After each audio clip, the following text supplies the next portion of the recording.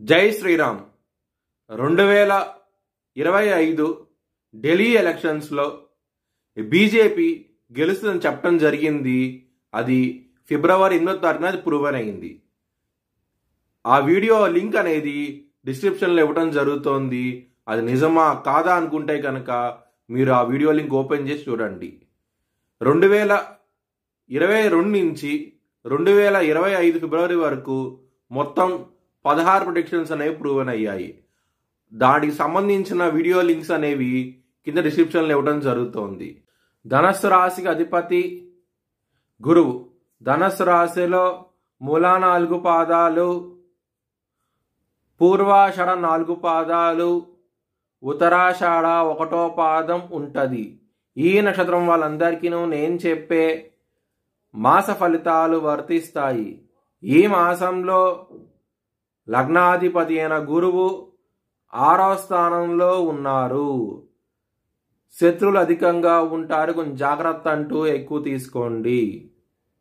శని మార్చి 29వ తారీఖు నుంచి మీన రాశికి వెళ్తున్నారు. చాలా జాగ్రత్త అంటూ ఎక్కువ తీసుకోండి. కెరియర్ పరంగా ఇబ్బంది పడే అవకాశాలు ఎక్కువగా ఉన్నాయి. ఎవరైనా సరే జాబ్ చేంజ్ అవ్వాలనుకుంటే కనుక ఈ మాసం అనేది అంత అనుకూలంగా లేదు, మీకు ఇబ్బంది పడే అవకాశాలు ఎక్కువగా ఉన్నాయి. బుధుడు మీనరాశిలో నీచబడి ఉంటారు. బిజినెస్ పరంగా పెట్టుబడిని తగ్గించి పెట్టుకోండి, ఇబ్బంది పడే అవకాశాలు ఎక్కువగా ఉన్నాయి. బుధుడు, సూర్యుడు, శని, రాహువు ఇన్ని గ్రహాలు మీనరాశిలో ఉంటాయి. కొంచెం జాగ్రత్తగా ఉండండి. ముఖ్యంగా ల్యాండ్స్ అమ్మేటప్పుడు కొనేటప్పుడు డాక్యుమెంటేషన్ విషయంలో మోసపోయే అవకాశాలు చాలా ఎక్కువగా ఉన్నాయి.